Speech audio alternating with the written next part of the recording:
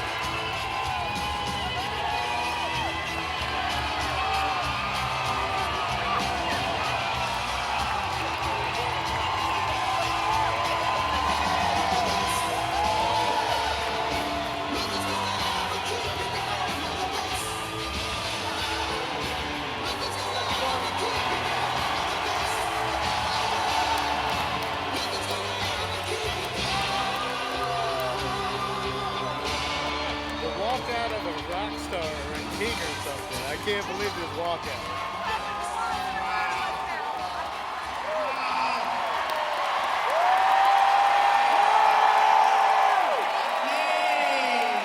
Thank you. So exciting. Do you notice what's missing tonight? Teleprompters.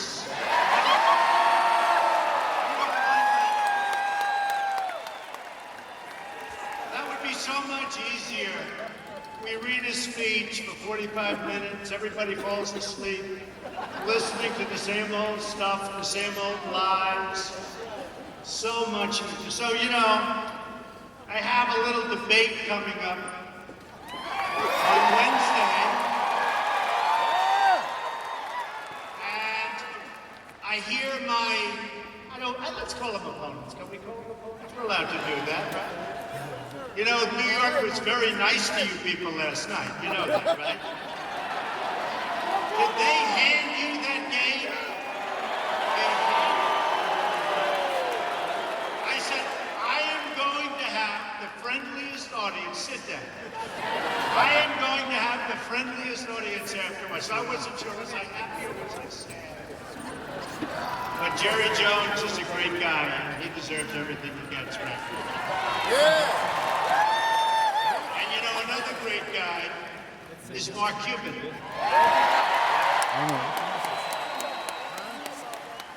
Oh, you're missing the sign? I think, he's been talking a little bit about maybe someday doing this himself.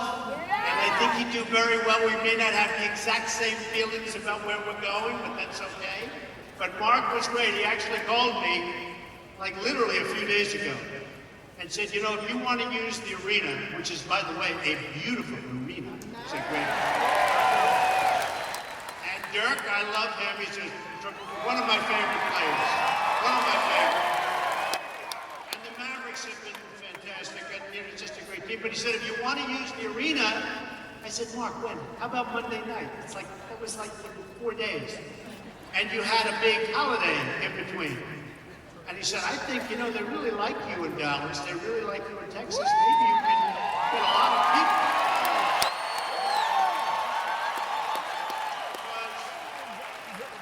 But we were coming here, and we thought maybe we'd get 1,000, but we never get 1,000 anymore. It's always like the same thing. We went to Alabama. We started off with a 500-person ballroom. And after about 2 minutes, look at all these guys, paparazzi, We got everybody here. We started off, by the way, with a 500-person ballroom, and after about 2 minutes, the hotel called out begging for mercy. We can't do it. They were inundated. So we went to the convention center, and that was 10,000, and that was wiped out in about an hour. So we went to a stadium, we had 31,000 people, which is by far the largest, they say like ever for an early primary. It's probably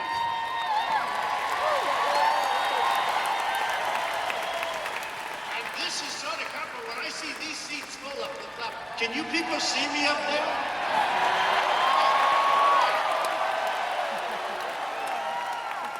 I said to him, don't fill up the upper rings. It's not fair. But they're filled. You are great. Thank you all. I appreciate it. So I want to thank Mark, and I want to thank, where is Pastor Jeffers? He's around here someplace. What a good guy. Where is he? Come here. I love this guy.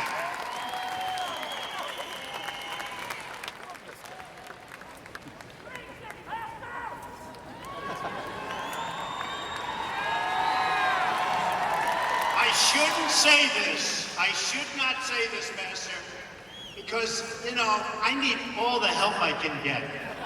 And I will say, I'm leading with the evangelicals big league, and I really want to thank you.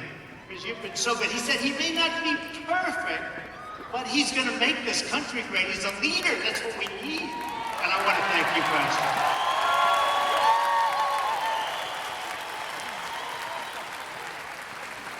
He's been so great. And I am Protestant. I am Presbyterian, just in case anybody wants to know. So, the polls come out. And we're really killing it. We are killing it.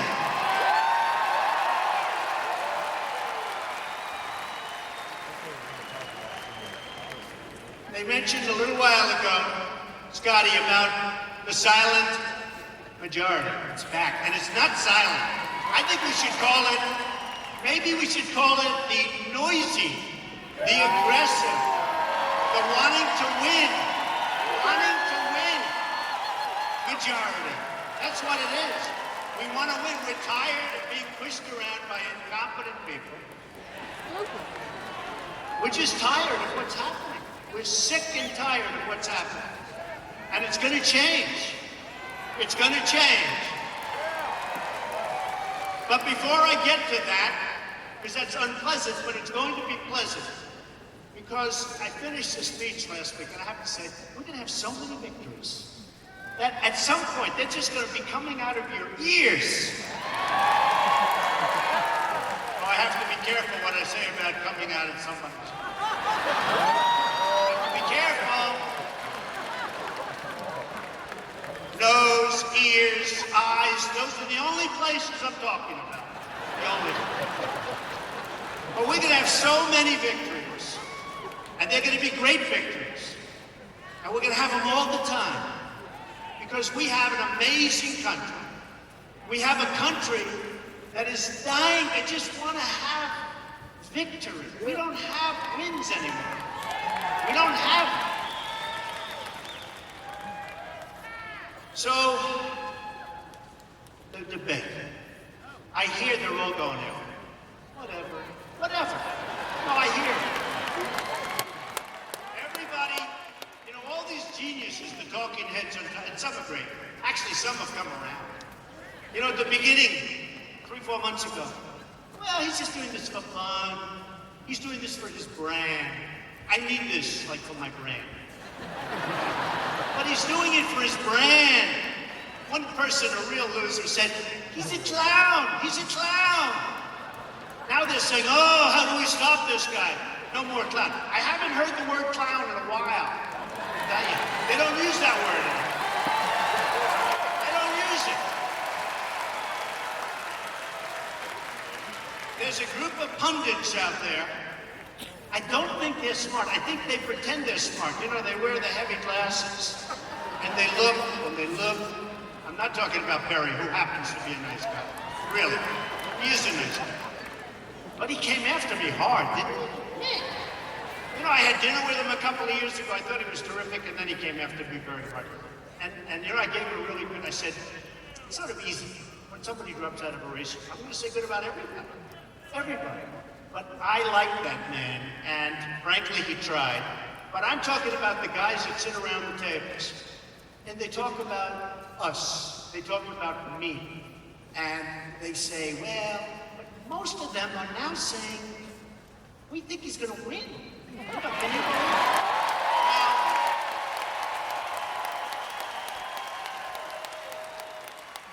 We still have a few out there. The hatred is so incredible.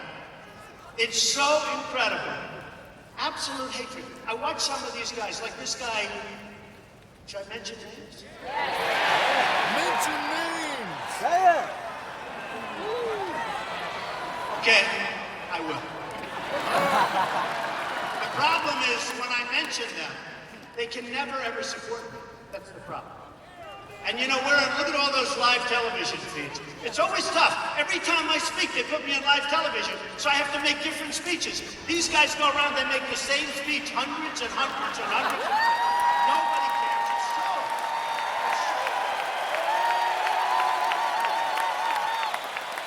It's true. You know, you got CNN Live, you got them all. And who needs? They're 50% good. They've been pretty nice.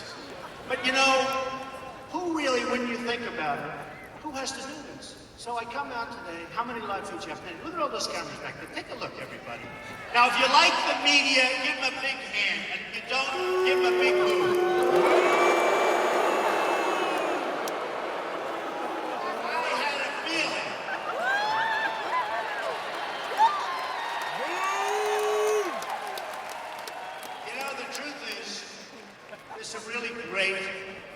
People. I'm dealing usually in the world of financial. That's easier. It's like numbers. You're either good, you're not good. You know, it's sort of much easier. But I found the press to be much more honorable in the financial media. But the political media, and I found some great ones. There are some great ones. But should I mention some? No, I'm not going to do that. Because then you're going to leave some out. But, okay. So, George Will is a disaster. This guy's a disaster. Honestly. Another one, Karl Rove. No, he's terrible. Traitor. He's terrible. He still thinks that Mitt Romney won. He's still going around saying, I think he won.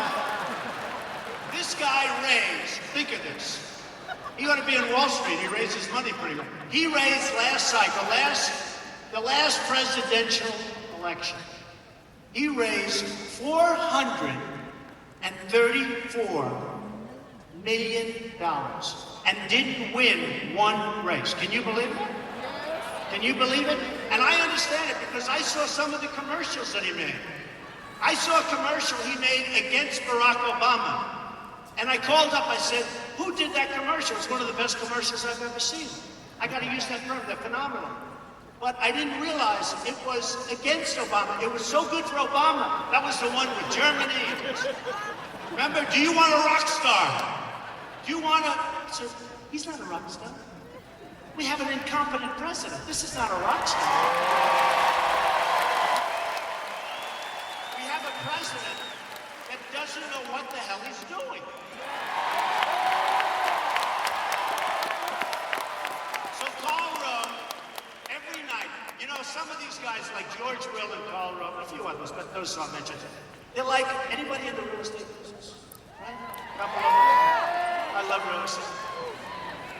Let me just tell you, one of the great people in sort of the Andy Beelbag, stand up, Andy, stand up. Come on, he's a shy man. He's only worth about $6 million. He's a great guy. He's been a great friend. I don't want to borrow any money from him because he expects it to be paid back in full and on time, right, Andy? But you look at some of these guys, and they're like boilers. Okay? They're like boilers. Bill O'Reilly the other night said, and Bill O'Reilly's a good guy, great guy. He is a great guy. Although he's tough, and he's tough with me, that I can tell you. Some people say, how can you say he's a great guy, but he's fair? But I saw Karl Rove on a show the other day, and the name Trump came up, and you could see it was like a boiler ready to explode. I think the guy is a total incompetent jerk. But him, and there are others. But I would say this. Anybody that gives him, Karl Rove, and others, the group of losers, anybody that gives them money, you're losers yourself. It doesn't make sense because they don't know what they're doing. So the polls come out, and everybody's surging. But Trump, they don't want to say I'm surging. I went up to 40% today in New Hampshire. You saw that. 40%.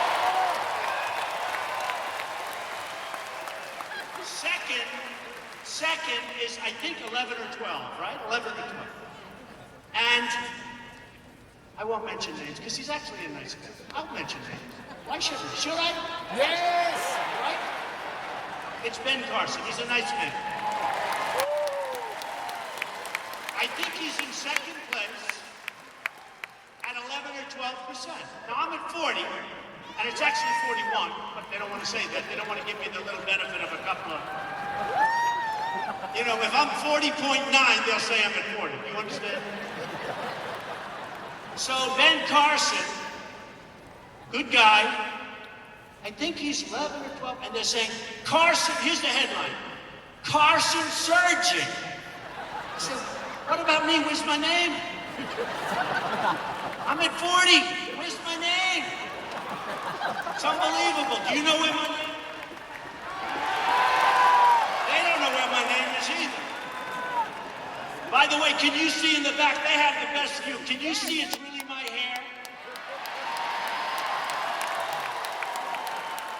Well, that's the other thing. Did I get killed? I had an article recently. It's true. They have the best view. They know. Not that bad, right? I mean, I have friends. It's over. I have many friends. The hair is over. But I had the article the other day. A great article. They said Trump is a financial genius, right? They said all good things. They said he's doing great here. But they said he wears the worst hairpiece. The writer said that. Wears the worst hairpiece. And I said, that's terrible. So I can't show the article to anybody, even though it's a good article. But in the polls, it's been so amazing. We started off, and everybody said, you remember this, I won't run. I won't run. And I said, why did they say that? I'm telling you, I'm going to run. NBC came over, and as you know, and I like NBC. You know, for years we had The Apprentice, it was a tremendous success. One of the great successes on television. And the head of Comcast, I'll just tell you, his first name is Steve, and he's a phenomenal guy. Steve Burke, one of the great people. Great guy and a great manager. He came over with a group of people from NBC. Steve's he's their head of Comcast. And they said, we're going to renew The Apprentice. And by the way, it's a lot of money. Did you see in my certified financial statement what I made with The Apprentice? When I give up The Apprentice, I made $213 million. Can you believe it? From a television show. And I had these announcers say, oh no, I think he only made $1 million. And guys like Joe Scarborough, who's a good guy, right? Yeah. He said, no, he's got a primetime show for years. I mean, it's got to be. Anyway, when they checked it, 200. So NBC renews The Apprentice. And I told them, don't do it, because I'm running for president. I'm going to make our country great again. Don't renew it. Now, you know, if I make $213 million over a run of 12 years or more, that's a lot of money.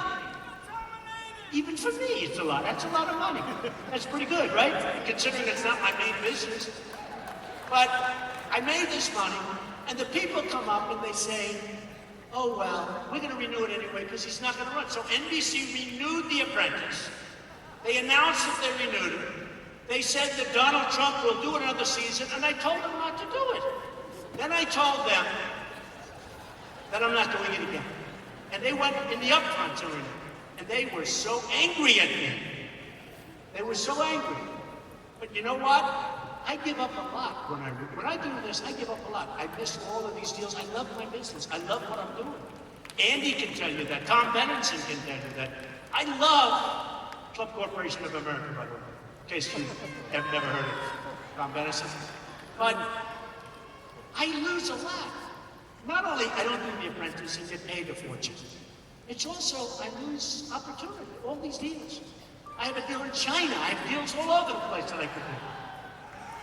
Boo, boo. But it's true. It's like picking up a check. It's like picking up a check. But I give up a lot. You know, when a politician, all talk, no action, politician runs, what do they give up? They give up nothing. They run. You know what? They run, they lose, they win, they don't care. All they want to do is be reelected or run again if they fail, right? Right. With me, it's a whole big deal. It's a whole big deal. And you know, I'm self-funding my campaign. I'm not taking all of this blood money. I'm not doing it.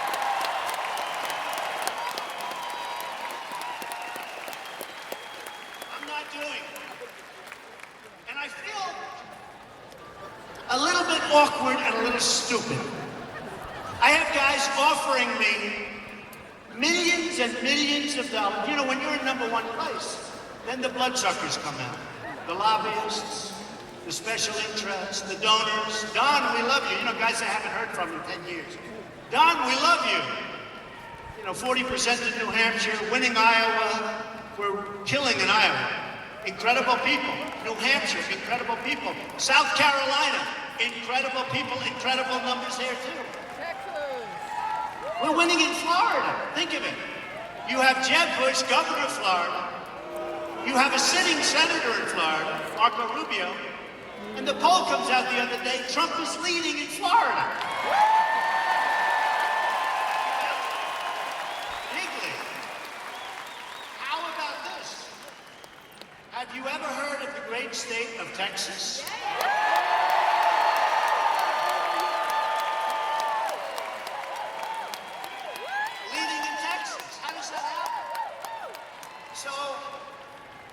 So it's been an amazing period of time.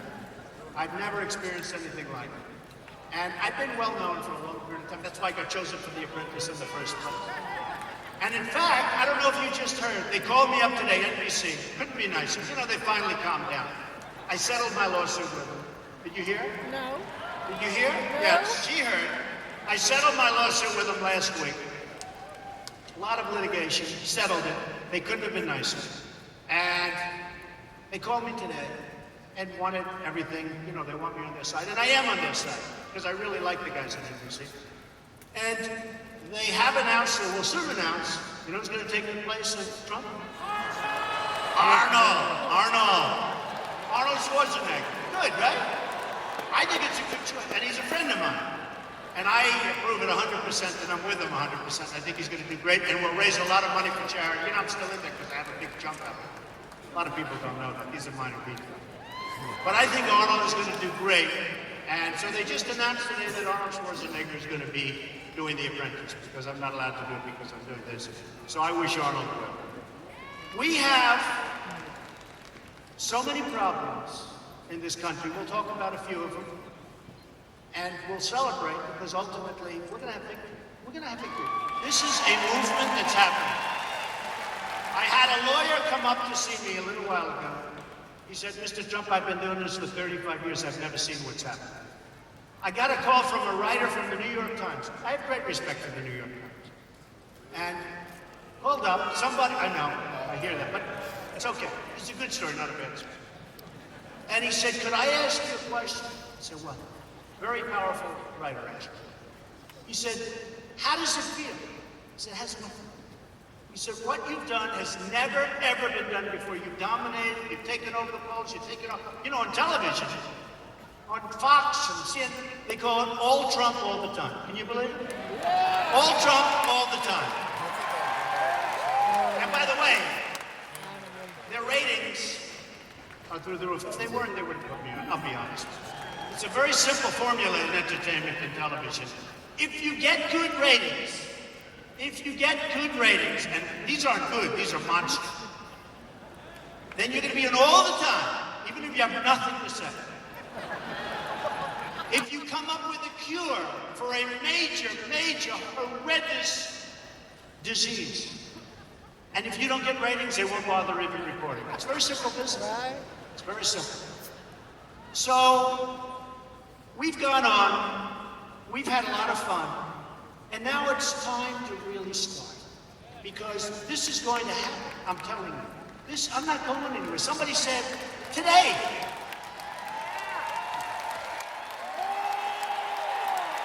we're not going anywhere.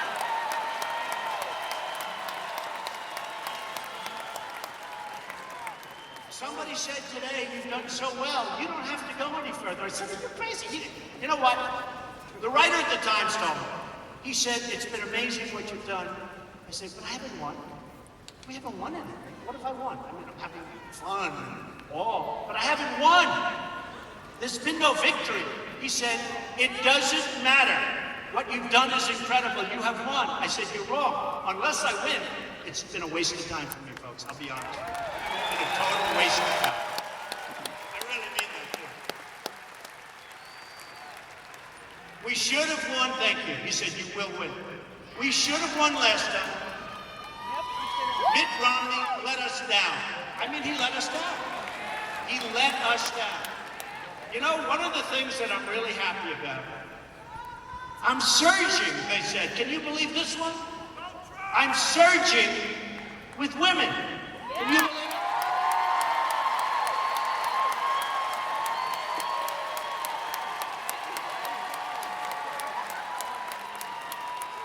I have such respect for women. I cherish women.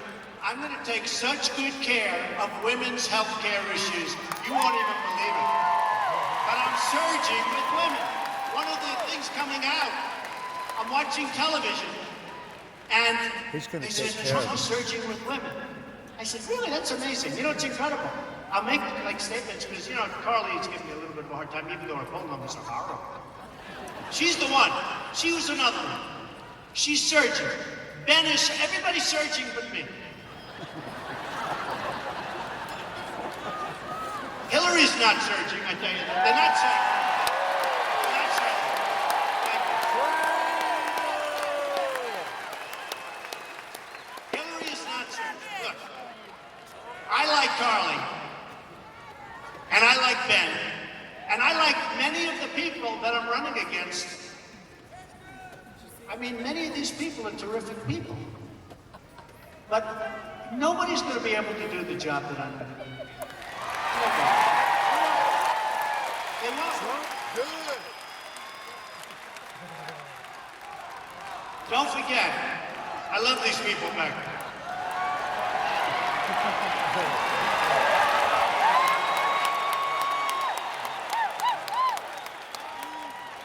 But they won't. What I do is, I do deals, I deal. I have tremendous energy, tremendous. To a point where it's almost ridiculous when you think about it. But we need somebody with great energy, with great passion, with great deal-making skills. And we need a closer. We need closers. We don't have closers.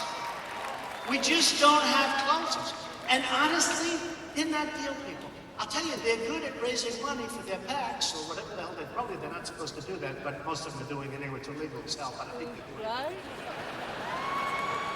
You ever notice here they have money in the PAC, but they don't have hard money, but the PAC is giving them. I say, what's going on over here? I'm not allowed. How come I can't talk to anybody? And again, I have to tell you this, and I want to have your opinion. So I'm self-funding, I told you. But if I took hundreds of millions, I tell you what, I could have $200 million self-funded. If I took that, would you people object if I promised not to do anything for the people I took it from? Yes. No. I had a group in Iowa, actually, they were much more vocal about this one issue. And they stood up, no, the place, I realized how important it is. Putting your own money in. Because, you know, I'm telling people that Jeb, nice guy, really a nice guy. Jeb,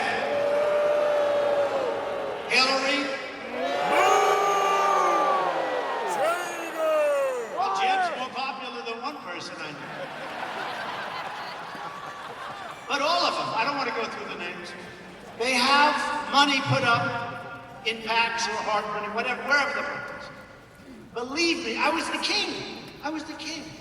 You know, I was the white-haired, no, blonde hair, that's it. But I was the blonde-haired, I was perfect. I was the ultimate. I was the ultimate sort of insider. I put up money. They loved me. But then when I said I'm running, they all looked at me like, the RNC Range is a great guy, but it took him a little while because they looked at me like, you're not supposed to be doing that. You're supposed to be putting up money. And if you need something in 2 years, 3 years, 5 years, they'll do whatever you want. And what happened is, I know the system, I think, better than anybody. I know the tax system. Look, taxes. Who knows better than me? We're going to reduce taxes. We're going to make the hedge fund guy, any hedge fund guys, it would be mostly in this room, what do you got? Seats. Are there any hedge fund guys in this room? If there are, you should probably leave right now. That's all. But I have a friend in the hedge fund business. Not really a friend. He's not actually a nice guy, but he'd be good representing us.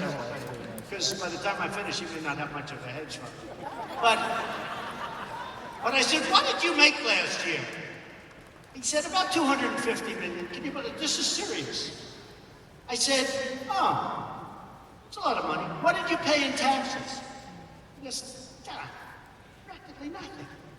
That was a couple of years ago. I never forgot it. The other day he calls me up because he hears me talking about hedge fund guys are going to pay up.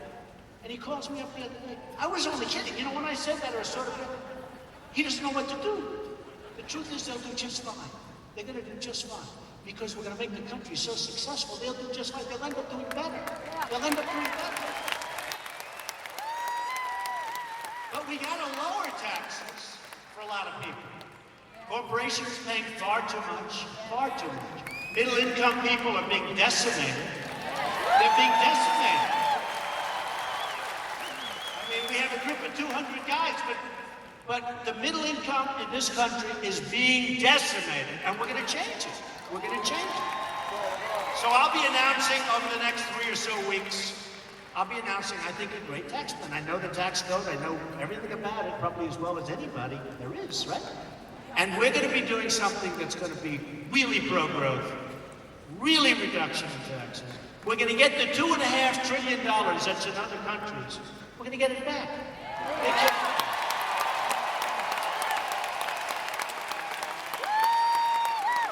We're going to get it back. And, you know, you have corporate inversion. Does anybody know what that means? You know, the old days, people might leave New York for Texas, or they may go from New Jersey to Florida, or whatever. It's not that way anymore. Now they go from this country to other countries. And they go for two reasons. Lower taxes, lower labor, but lower taxes. You have countries that want to charge them nothing. So they take these companies, and these guys, they make a fortune. They have no real loyalty, in many cases. They have no real loyalty to the United States. They want to show a good profit and loss statement. So they take and they go to another country. And all of a sudden their numbers look good. And they can't bring their money back yet. And by the way, for 2.5, 3 years, I've seen every politician agrees that we should lower the tax on bringing money because it's so onerous that nobody in this room would bring that money back. Everybody says it. For 2.5 years, the Democrats, the Republicans, the liberals, the conservatives, everybody, they can't make a deal. They can't make a deal. We have a government that's really messed up because we don't have a leader at the top. A right leader can get it done.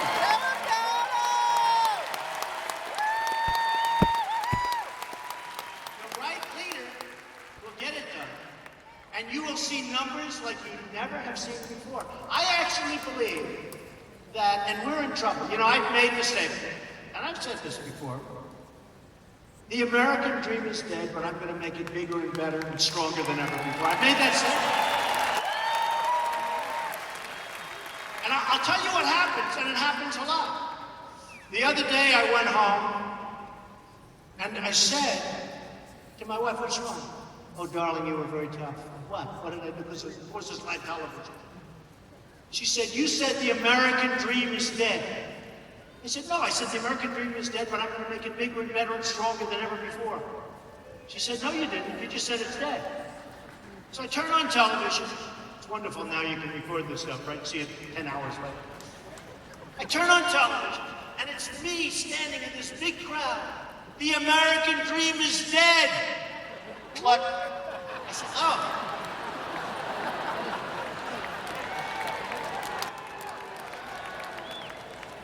again, the dishonest media. You know, I went ballistic.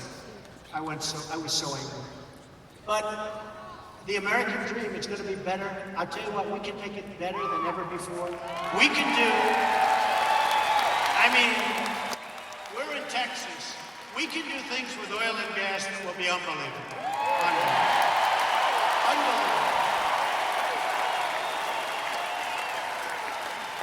Try sending your oil outside of the boundaries of the United States. How ridiculous. And we're sitting on top because of technology. We can be the #1 energy producer in the world. Right here in the United States. But we have archaic laws. We have, everything's wrong. And I have so many friends in the energy business. They're great people. They're working. They're not as rich as they were about 2 months ago, but these are minor details. They'll be fine. But we can do things with energy that will be so incredible, which is great for Texas, but it's great for the country. It's great for the country.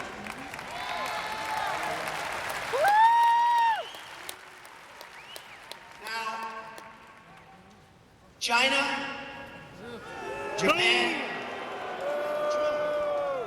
you can't be upset with China, or Japan, or Mexico. Can't be upset with anyone. You know, when I announced for the presidency, it was very interesting what happened. I made a beautiful speech. I thought it was wonderful.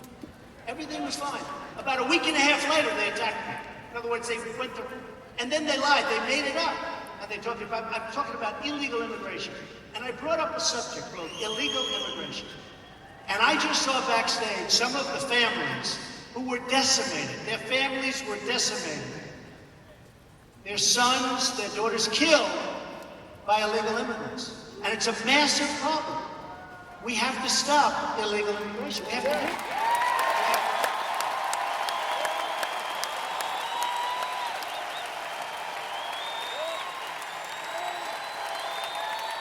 Have to do it.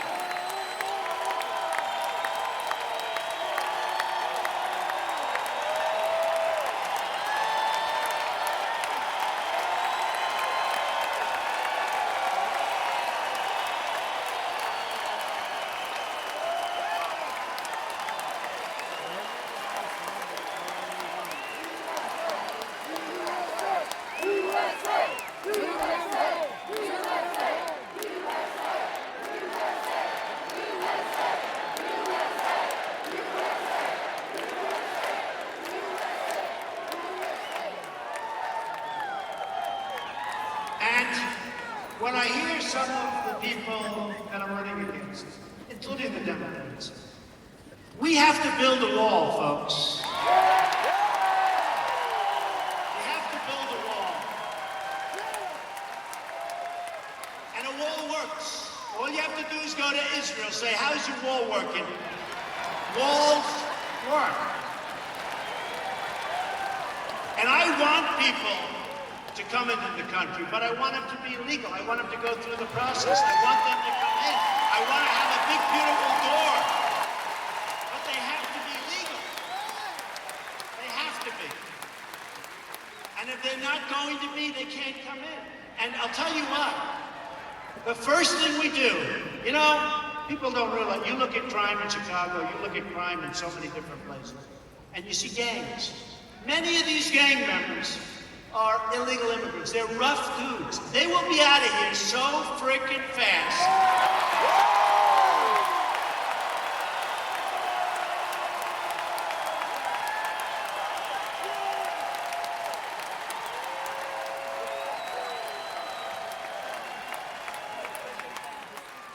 And I think a lot of these countries send them in here because they don't want them. Because what do they want them in prison for 40 years?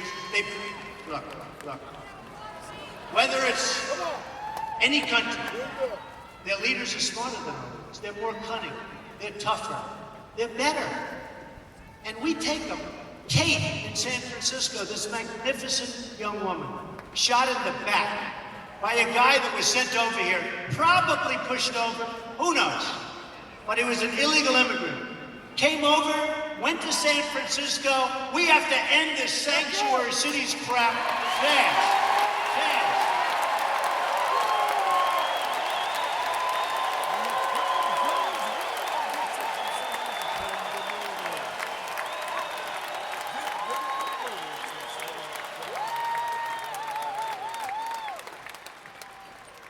So he admits he's guilty. Now he's got a lawyer. Oh, he didn't really know. He wasn't aiming there. It was a ricochet, blah, blah, blah. It's disgusting what's happening to our country.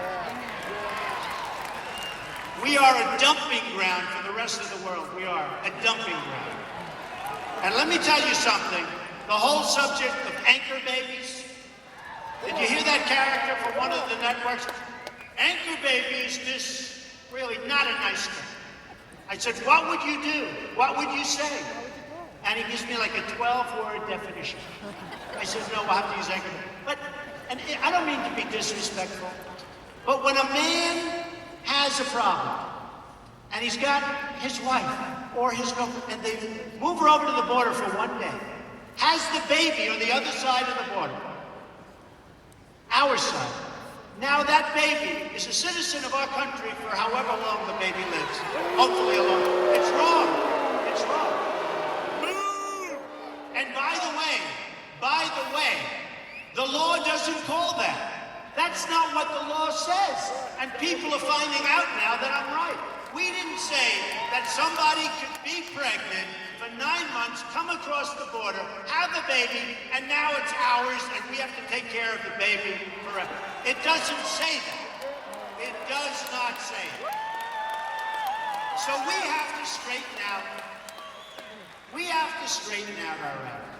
We're going to have a great country. We're going to have a great border. We're going to have a border that's a real border. You people are suffering. I mean, you know, I'm in New York, but from New York too. They're all over the place. We want people to be in our country legally. Legally.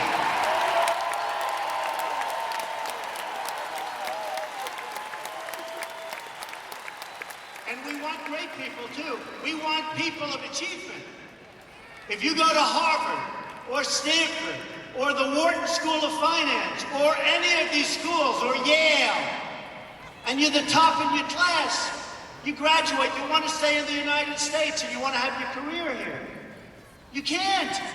They throw you out, they put you back in China, they send you back to Mexico. They said, those are the people, we need those people. We need them in Silicon Valley. We need them in Manhattan. We need them in Dallas. We need them. Why are we throwing them out? They want to be in this country and we throw them out. So we have so many things we can do. So many things we can do. Now, I'll give you a little thing that happened the other day. I made a speech on behalf of the Tea Party. And by the way, the Tea Party people are fantastic people. They are fantastic people. They love the country so much. And you talk about people that get decimated. They just get decimated by the media. These are fantastic people. They love this country. These are the people that we want. But I look at what's going on, and I look at what's happening, and I made a speech in Washington the other day for the Tea Party. And your senator too, by the way, Senator Cruz, who happens to be a good guy. Good guy. Now, if he comes out and attacks me on Wednesday night, I will take it back immediately, okay? But he isn't. So, I'm standing there, and the Capitol building has this massive scaffolding around it, right? Have you seen it? Massive. I said, man, that's a big deal. As a real estate guy, the thing I do best is build. Hey, wouldn't it be good to have a president that really knows how to build? Like, I'm so good at it. Infrastructure, roads, airports, highways. I could do it for a fraction. You know, I'm building the old post office on Pennsylvania Avenue. Under budget, ahead of schedule. Can you believe that? And I got it from the Obama administration. And everybody else wanted it. Which I still haven't figured out, actually. But it's going to be a great hotel. But they're doing the Capitol building. And it's got massive, massive scaffolding. And we're having, in 2016, you know, we're going to have a thing called, like, an election, right? And they say that this massive scaffolding, I heard this the other day from a construction firm that's involved in the job, that this massive scaffolding, they want to have it for the inauguration. Wouldn't that be nice for me? But they want to have all the scaffolding down, but they can't do the work because they don't have enough time. They have so much time. What are they doing? Caulking, pointing, fixing, structure. What the hell are they doing? It's not a big deal. So they're going to take all of the scaffolding down, pay millions of dollars to do that, millions. And then after the inauguration, they're going to put it back up again and pay millions of dollars. You believe that? Right? Now I said, do it simpler. Get them to work faster. Do you agree? I like the idea. No. I like the idea of the scaffolding being down when they're swearing me in. I do. I don't want to see all the scaffolding all over the place. I want to see that beautiful road. I want to see it. I love it. It's such a beautiful road. But you know what? I told them, I said, why don't you just move faster? Work faster. Get it done. So you take it down, you don't have to put it up. They said, we never thought of that. Believe it? But they're going to take it down. They're going to take it down. I hear the contract's ordered. So they're going to take it down and then put it back up. Can you believe this? So let me tell you, I'm going to save my first money for the United States. If I win, I will let the scaffolding stay up, okay? All right? I'll let it stay up. We'll save millions of dollars. So in the pictures, they'll have some scaffolding. They can probably nowadays do something with that anyway. So in the pictures, we'll have some scaffolding. So, not if I win. Gee, I love this woman. Stand up. What did you just say? Not if you win, when you win. So a story I tell is a friend of mine who's a big manufacturer, great guy. Can't do business with China. Can't get his stuff in. He calls me, he's depressed. He says to me, Donald, I can't deal with China. And he's a good guy, he does great stuff, better than they do. He said, I can't sell it, they don't take it. Finally, they're taking it and they're charging him a massive tax. A massive tax. Another friend of mine recently, he bought an airplane. He's a rich guy. Bought, like for these people here. They probably all have this, but a really good plane. I said, why did you sell your old one? And he said, well, what happened is a man from China ordered a plane, and he can't get it back into China because the tax is humongous. So he's selling it cheap. The guy from China took a haircut because the tax is so big. You don't know about these stories. And yet we take everything they have. No tax, free market. Now, Japan. Japan sells us millions of cars. I was in Los Angeles a few weeks ago. The biggest ships I've ever seen, ever. Thousands of cars are pouring off. We give them beef. And they don't want it. You ever see where the farmers are protesting? They don't want it. So we send it back. By the time it goes back again, it's all gone. Mexico. Everybody's moving to Mexico. You know that, right? Do you know that? So many people moving to Mexico. I love Mexico. I love Mexico. I have hundreds and hundreds and thousands, actually, of people that are Mexican. They work for me. They're great people. But their leaders are smart. They're smart. So we have Nabisco the other day, Oreos. I refuse to eat Oreos anymore. They're moving their plant to Mexico from Chicago. Why? How does it help us? How does it help us? Ford, $2.5 billion plant being built in Mexico for cars and trucks and everything. And I said the other day, it's actually not a bad idea because they can build a car, build a truck, and they can have the illegals drive it right across the border. Nobody's going to check it. They'll save a fortune. They'll save a fortune. So I don't want them spending $2.5 billion. That's a hell of a plant. By the way, in Tennessee, another major car company, all set to go in Tennessee. At the last moment, they said, we're not going to go to Tennessee, we're going to Mexico. It's going to become like the car capital of the world.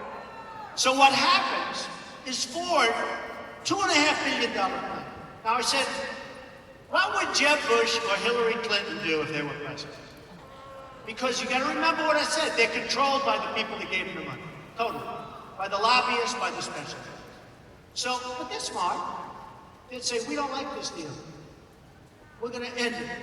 And then they'd be called by their lobbyists and say, Hillary, we gave you millions of dollars, and I represent Ford, or whatever the company is. And we don't want you to do that. It's no good. We don't want you to do that. And you know what they're going to say? Okay, I'll let them do it. Now compare that. First of all, believe me, that plant doesn't get built. It gets built right next to it. It might not be here. It's going to be maybe in Michigan where they're just being decimated with the plants. They're being decimated. Everybody's leaving. They're going to Mexico and other places. So I said to myself, what would Bush do? What would Hillary do? And what would Trump do? First of all, who would you rather have negotiating?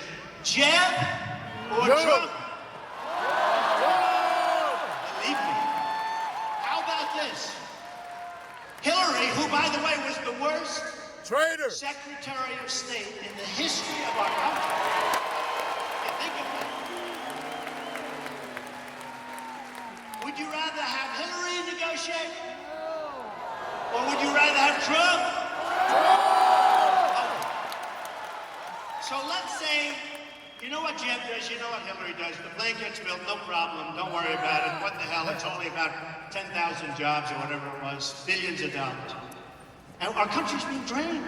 Our jobs are being stolen by all these countries. And not just them, all of them. So what would President Trump do? President Trump. Trump. What would President Trump? So I'd call the head of Ford or whatever company, but I'd call the head of Ford. I'd say, congratulations.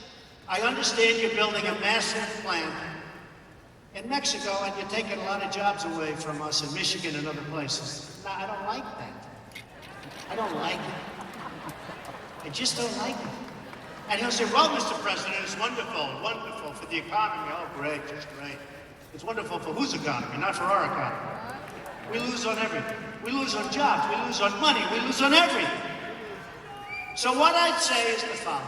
I don't want you to do that. And if you do it, you're not going to have any cars coming across the border unless you pay 35%. That's it. That's it. No, that's it. And they're going to say to me, Mr. President, please. Now, I guarantee you, let's say I make this call at 9 o'clock in the morning. By 5 o'clock in the afternoon, I think the deal is done. They move back to the United States. It may take a half a day longer. It may be 12 o'clock the following day. But I guarantee you. So what will happen is I'll be called by lobbyists, but they're not giving me any money. I won't take it. I turned down $5 million last week. $5 million. I said, I can't take it. You know, I go like this. I just close my eyes. You know, it's really sort of not natural to me to turn down money. But I turn it down because once I know the game, once they give you, you sort of owe them, right? You know, how can you tell a guy, you know, you gave me $5 million, you helped me get elected, and I'm going to hurt you with your client. So what happens, I would say, is that I will get a call from the head of Ford. And he'll say, Mr. Trump, you're doing the wrong thing. I say, all right, that's fine. Just do it. Just do what I say. Do what I say. And I guarantee you, after I tell all the lobbyists, special interests, and people that donate to everybody else but me because I won't take their money, after I tell them all no, within a short period of time, they'll call up and say, Mr. President, we've decided to move our plant back to the United States, sir. That's what's going to happen. That's what's going to happen.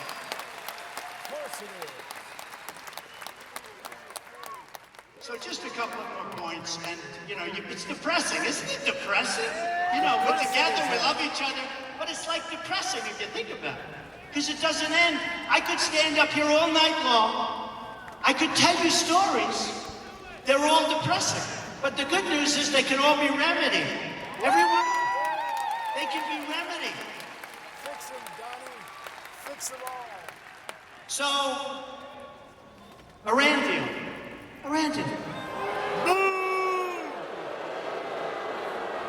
They did not read that great book, The Art of the Deal. They did not read it. Secretary of State Kerry, he actually may go down as worse than Hillary Clinton because he made this deal. He may be the worst. He may top her because this deal is the all-time worst.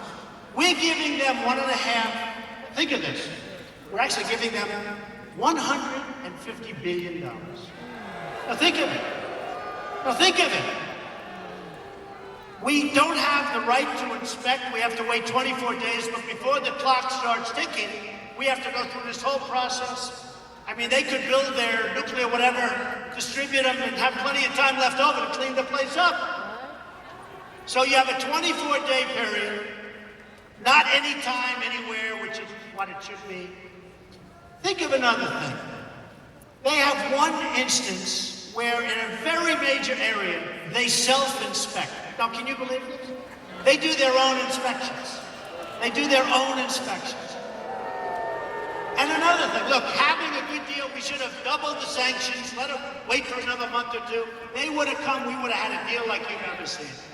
We have our chief negotiator, Secretary Kerry, at 73 years old, goes into a bicycle race. Now think of it. He's wearing the whole gear, the helmet, he thinks he's in a bicycle race. He's actually in a race. It wasn't just casual, I could understand it. This is a guy that's in a bicycle race. 73 years old, all the gear, falls, breaks his leg in the middle of our thing. Takes 2 weeks off, goes back with crutches. The people from Iran say, what a schmuck. Can you believe it? No, but this is who we negotiate with. Now think of this. It's embarrassing. Isn't it like embarrassing? How do you, I swear to you that if I'm elected president, I will never go into a bicycle race. That's So, but you know, one of the things that so bothers me, it would be great to have it, because nuclear is a bad thing. When you talk about global warming, all this stuff, you know, Obama thinks the single biggest threat in the world today is global warming. Okay? Can you believe it? Then they changed it to climate change because the word global warming wasn't working. Then they changed it to extreme weather. You can't get hurt with extreme weather. You agree? It's always going to be. There's a tornado. There's a little cold. There's a wind. It's always extreme. He said the biggest threat we have is extreme weather. And I say, in terms of global warming, the biggest threat we have is nuclear global warming because we have incompetent politicians. That's the biggest threat we have. Not global warming, nuclear global warming. That's the biggest threat we have, believe me. So, with Iran, believe me, if I get in, you know, I'm a person, I believe in contracts, but boy, this would barely, I will police that thing, that horrible. I buy a lot of, I buy people where they go down the tubes. I buy bad contracts. I love to buy bad contracts, then I make them good. But I'll take that contract. I will do a number of those guys, and I'm telling them up front, we will do a number that will make you very proud. We're going to end up with a good deal one way or the other. One way or the other. And before I ever, if I win, in that little period, before I take office, you know what I'm going to say. Our prisoners, those prisoners that Iran has, that should have been let go 2 years ago and should have never even been prisoners. One of them is a prisoner because he's a Christian. He's a Christian pastor. One's a member of the press. You have a military. This is the most incredible thing. Another's a journalist. So it was 3 people, but then they took another one. So now it's 4. Now, Secretary Kerry and President Obama, when asked about why didn't we at least get our prisoners back, we got nothing. They're going to be a rich terrorist state. Yep. They are going to do numbers throughout the world. We're fighting them in Yemen. We're fighting them in so many different places. They didn't want to bring that up either. But when they said, why didn't you get our prisoners back? They said, we didn't want to complicate the negotiation. Think of it. Think of it. So what I said is very simple. If you had the right messenger, not Kerry, not Obama, if you had the right messenger, that messenger, let's say it's me. And by the way, I know the greatest negotiators in the world. And you've heard me say it. Some of them are horrible human beings.